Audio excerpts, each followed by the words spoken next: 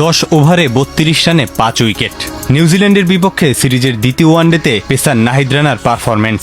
টসে জিতে ব্যাটিং করতে নেমে সফরকারীরা কেন 198 রানেই গুটিয়ে গেল এটা বোধহয় না বললেও চলবে। গতির ঝড় তুলে মঞ্চটা তৈরি করে দিয়েছিলেন বাংলাদেশের এই ফাস্ট বোলার। সেই মঞ্চে দাঁড়িয়ে দারুণ ব্যাটিং করেছেন ওপেনার তানজিদ হাসান ও চারে নামা নাজমুল হোসেন। তাতে 87 বল বাকি থাকতেই বাংলাদেশ পেয়েছে 6 উইকেটের সহজ জয়। সিরিজে ফিরেছে 1-1 সমতা।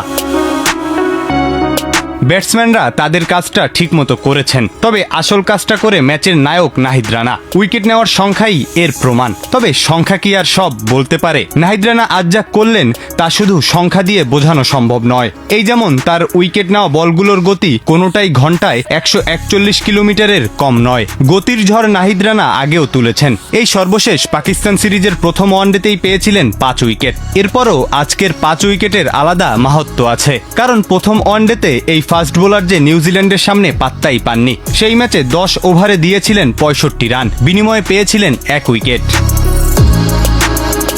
সফরকারীরা করেছিলেন 247 রান। এই বিবেচনায় নিশ্চিতভাবেই খুব খরুচে বোলার ছিলেন নাহিদ রানা। সেদিন লাইন লেন্থ ছিল বেশ আলগা। সেখান থেকে দুদিন পর দারুণভাবে ফিরলেন বাংলাদেশের এই ফাস্ট বোলার। যেভাবে নিউজিল্যান্ডের 5 ব্যাটসম্যানকে নাহিদ রানা আজ আউট করেছেন সেটাও ছিল দুর্দান্ত।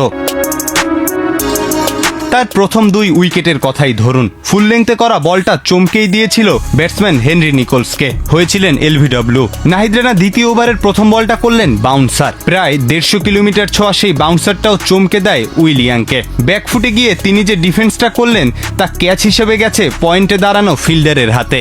পরের 2 উইকেটও এসেছে বাউন্সারে। মোহাম্মদ আব্বাস নাহিদ রানার বাউন্সারে পুল করতে গিয়ে লিটনের হাতে ক্যাচ দিয়েছেন। একই চেষ্টায় স্কয়ার লেগ ফিল্ডারের হাতে ক্যাচ দেন ডিন ফক্সক্রফট, আর জেডন লেনেক্সকে নাহিদ রানা ফিরিয়েছেন ইয়র্কারে। নাহিদ রানার দিনে পারফর্ম করেছেন প্রথম ম্যাচে বাংলাদেশের সেরা বোলার শরীফুল ইসলামও।